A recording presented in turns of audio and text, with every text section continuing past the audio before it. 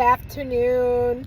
My name's Olivia. I'm known as Olivia K on Facebook, Ollie K on Instagram, and Warm 9800. I cover nursing related material, including NCLEX and stuff for nursing school you should know. I even have a whole playlist of the TEAS, things that can help you with the TEAS exam. I have a playlist of reality TV shows in case you get bored of my nursing stuff. I have a playlist of documentaries I reacted to, and I have covered the Michael Jackson movie. There's a video out on that, so if you want to watch, you can. And then I just have 2 opinion pieces.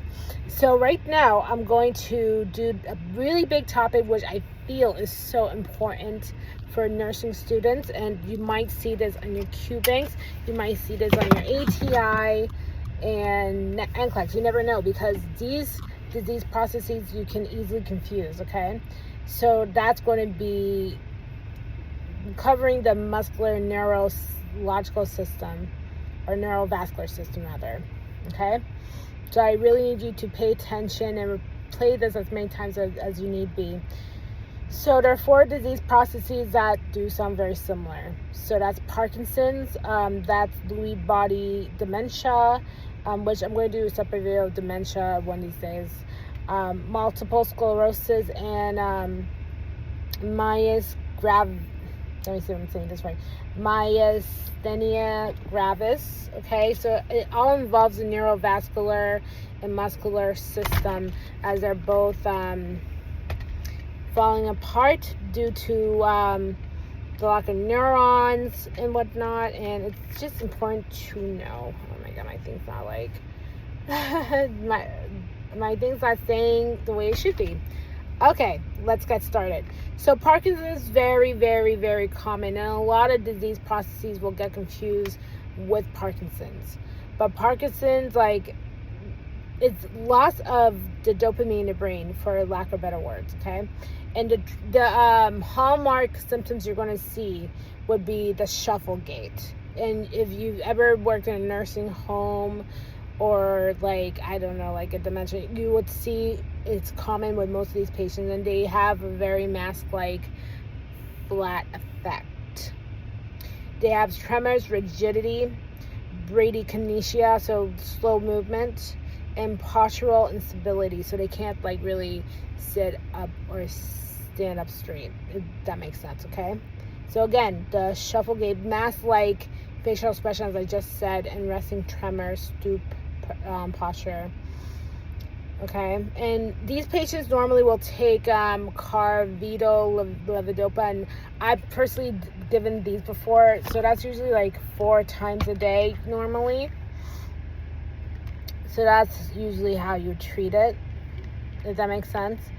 And then now you have Lewy body dementia, which is a progressive form of dementia, just like with just like any dementia kind of disease processes. Okay, so this patient will have visual hallucinations, Parkinson-like symptoms. So again, that's why you can easily mistake the 2. It's very easy to. As a matter of fact, if you guys ever for you millennials or older ones, you will know Casey Kasem. I think he had Lewy body dementia, so he had that, and some other dementia. I'm trying to remember. It's been a while. And then Robin Williams had Lewy body dementia, or he got confused with Parkinson's, one to other, and which caused him to harm himself at the end. Man, I could go on and on how I miss those 2 actors, especially Robin Williams. It was such a huge loss to many millennials out there. I feel bad for anyone who never grew up watching Robin Williams movies, because Robin Williams was very funny, and he was just a great guy all around. Okay, so with Lewy body, they are extremely sensitive to antipsychotic meds, which is going to worsen the symptoms. Now I'm going to go to multiple sclerosis. So that's an autoimmune. So this one's autoimmune. So there's where the difference is. Okay, so it's going to attack the myelin sheath, so which covers the axon in the neurotransmitters. So I may have that wrong, so don't quote me. And you can also look that up, and I'm going to provide links to all these disease processes anyways. So these patients can have vision changes. They can have muscle weakness, fatigue, numbness, tingling, balance issues. So with these patients, you want to be careful with heat because it could exacerbate the symptoms. And they would be on corticosteroids or DMARD to slow down the symptoms, if that makes sense, okay? Then finally, we have myasthenia gravis. So I call it MG because that's simpler and easier to remember, okay?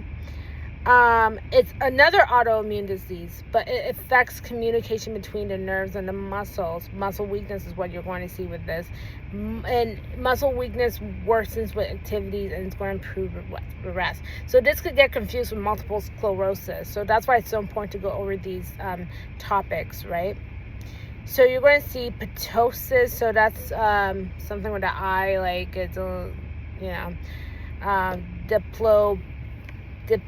diplopoia. So I think double vision. I'm so sorry about that. So you can see double vision, difficulty swallowing. So these patients,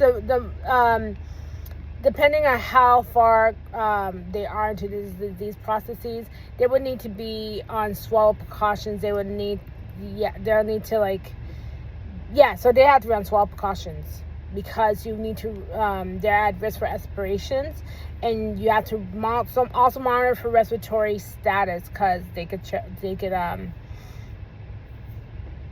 like I said, they could either aspirate, they can get turned into breath, and it could be an emergency. So don't mess with that. So the medication that would be pyridostigmine. So sorry, I cannot pronounce the drugs names, but that's usually what you'll see with MG. So these 4 conditions can be very easily confused. So again, the reason I go over this because the NCLEX is unpredictable in a sense, even though yes, you have the test plan, right?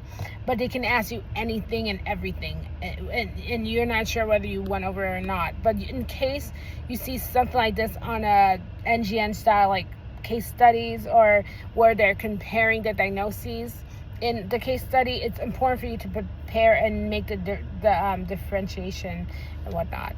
So you want to learn more about these disease processes. I'm going to leave the links below, and then leave some links if you have any other questions. You need me to go over your CPR report and need more help with the NCLEX.